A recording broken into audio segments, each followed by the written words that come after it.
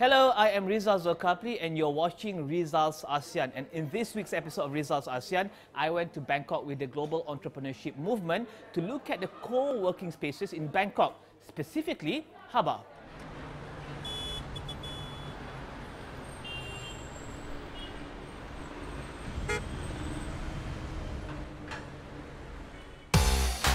Hubba, one of Thailand's many co-working spaces, was founded in 2012. It was formed to support the startup infrastructure in Bangkok, focusing on the tech startups. Hubba was founded by Charle and Amarit and Charle Charoenphan, mirroring the culture and infrastructure in the Silicon Valley. The three co-working spaces owned by Hubba were created to encourage a culture of sharing and networking. Entrepreneurs are encouraged to find similarities and work together. Let's start with Hubba. We started 5 years ago, and now you've got three co-working spaces. Tell us about the impact that you've made for the startup community in Thailand. Well, you know, when people talk about co-working spaces, a lot of people think of it in terms of real estate, but we view ourselves as a culture hub.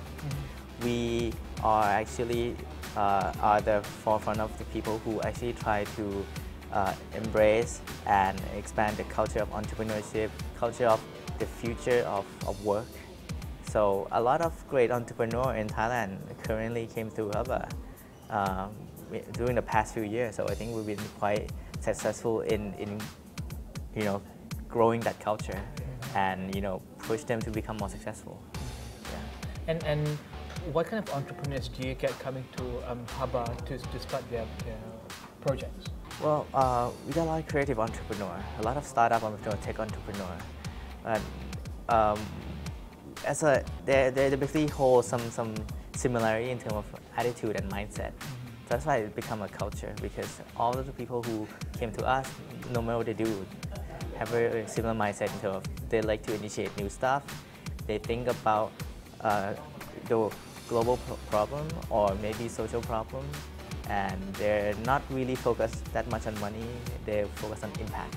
Yeah. And what impact do you see them make in the communities in Thailand? Well, besides, you know, growing a successful business and, you know, provide a lot of jobs, they are actually making changes to industry. They are getting government and corporate to actually support entrepreneurs more and also work with small people. It's about collaboration. When we say we're a culture hub, it's simply we bring all sort of people from different sectors together and sort of be the bridge for them to actually work together. Yeah. To some people, collaboration, or the word collaboration, is a mindset that you go out and you network. Yes. You've provided a physical space where people can physically collaborate and work together. People from different backgrounds and different businesses can sit in a room and try to figure out how they can work together.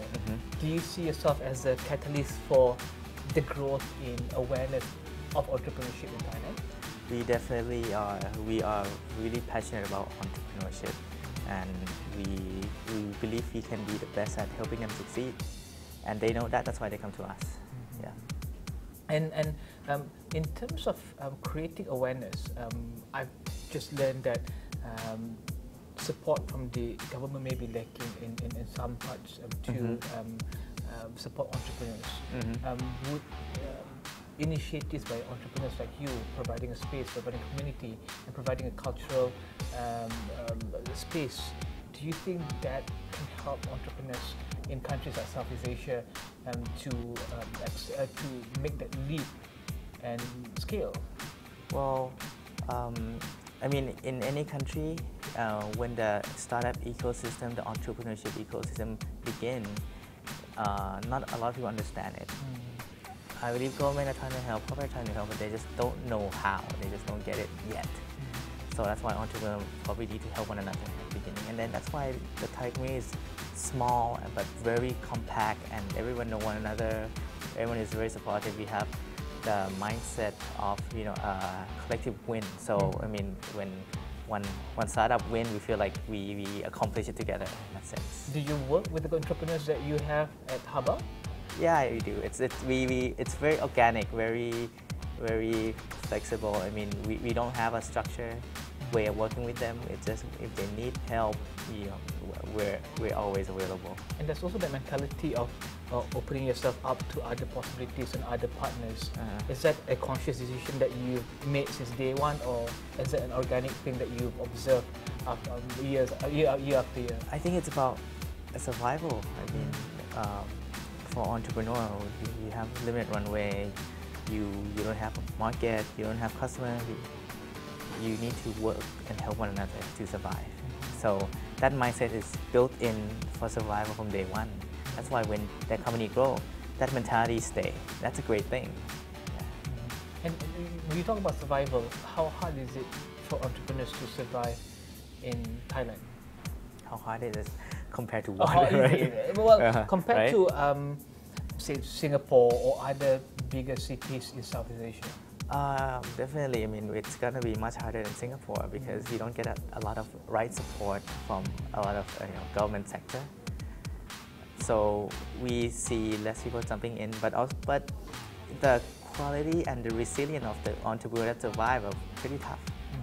Yeah, we like to call it like cockroach. Like it's very tough. You can cut off the arm, or cut off the body. It's still still survive.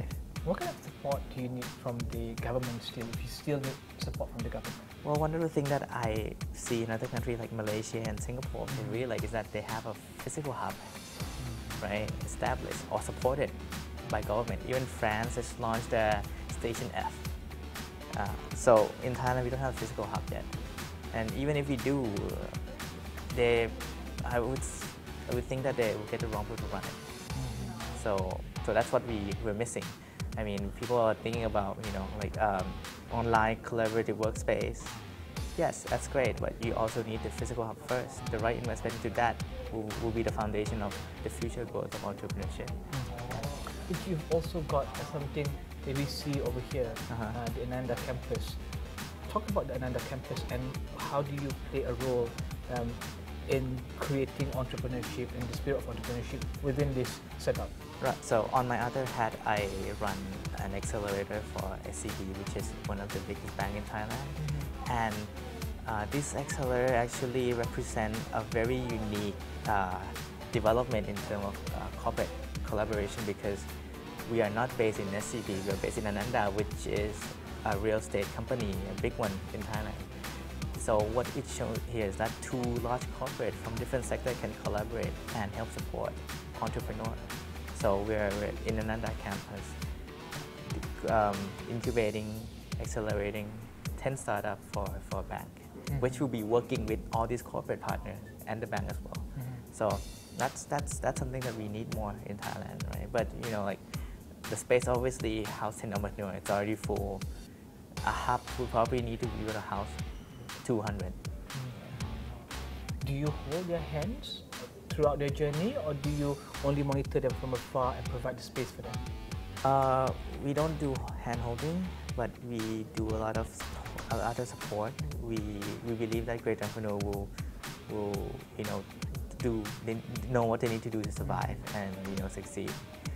We're just gonna have to take part in every part of that journey with them, help make it faster. That's it. And not hand holding, but more of like pushing them to accelerate, to do better, to challenge themselves, to know that there's no limit to what they can do.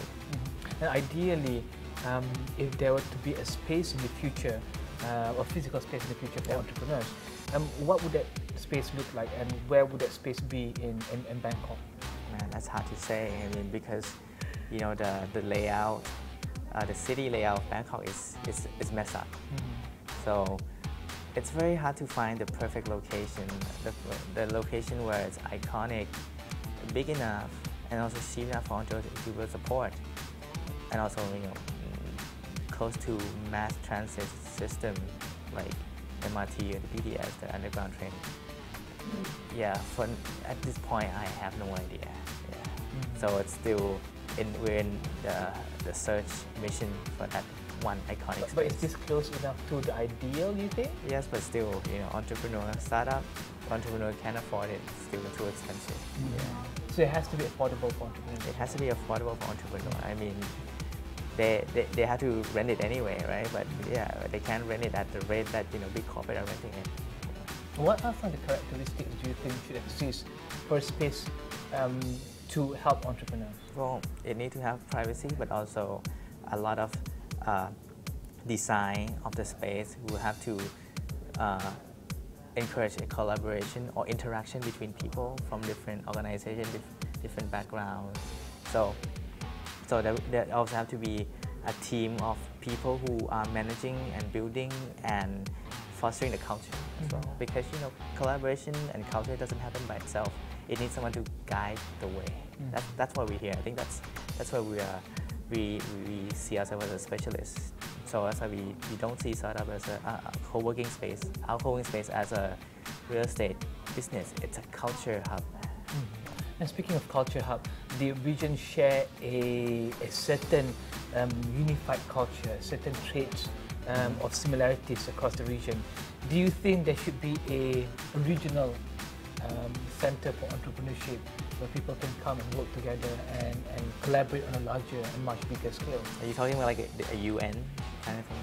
Well, an ASEAN. I mean, an ASEAN I think there could be, but I don't know where it's going to be based. But I believe that every country, at least in the capital city, needs to have one big hub, and that big hub need to be connected to one another. And that's where the strength of ASEAN comes from. Right now, we don't have that. Yeah. And does it make it harder for entrepreneurs, for example, who's establishing itself in Thailand to move to or to make connections in Indonesia or in Singapore? It's very hard. I have not seen many Thai entrepreneurs actually expanding out of Thailand yet. I mean, it's one big fragmented market. ASEAN. We have like hundreds of languages, different currency, different mentality and behavior. It's not easy to expand. In ASEAN, there's a lot of young people, and these young people have access to smartphones and also high-speed internet. Do you think because of that, it's a good time to be in ASEAN right now for entrepreneurs, or for entrepreneurs? Maybe? I mean, statistically, right? Looking at a number, it's the best time to be in ASEAN right now for business anywhere in the world, because it is the fastest growing region of the world, right, in terms of economy.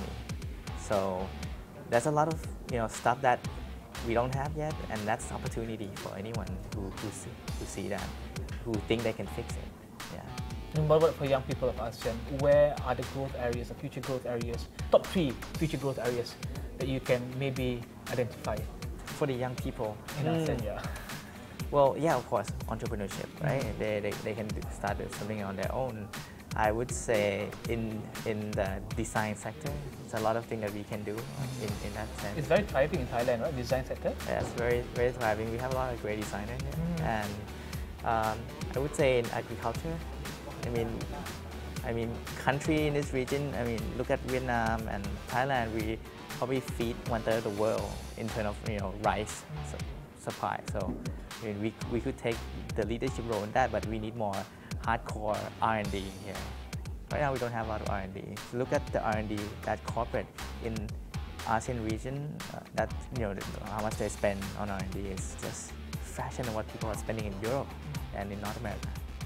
And that's all the time we have for this week's episode of Rizal's ASEAN. Stay tuned for more insights into ASEAN and the young people and the bright minds in this region, trying to make this region a better place for them in the future. I am Rizal Zulkapli. Goodbye.